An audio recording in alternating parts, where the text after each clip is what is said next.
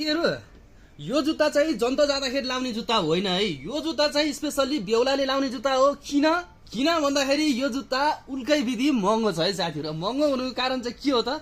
आउनुस् हेरौँ पहिला सुरुमा यो जुत्ता कस्तो छ जस्ताको जस्तै है त।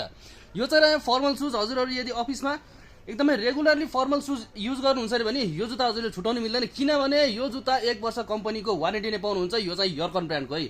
च्याट्टलार हेर्न सक्नुहुन्छ यर्कन भन्ने बित्तिकै हजुरहरु हङकङमा हुनुहुन्छ अरे भनेदेखि मैले के पनि भनिराख्नै परेन। यसको फ्लेक्सिबिलिटी हेर्नु यति मजाको फ्लेक्सिबल छ भने कुरै छोड्दैन है। जे गर्दा पनि हुन्छ, के पनि फरक पर्दैन। लेदर 100% जेन्युन पाउनुहुन्छ अरे भने हजुरले यो इन्सोल हेर्नु न यर्कनकै पाउनुहुन्छ। ब्रान्डिङ मजाले पाउनुहुन्छ अरे भने भित्र फिनिशिङ हेर्नु न यति बवाल छ, कुरै छोड्दिनु।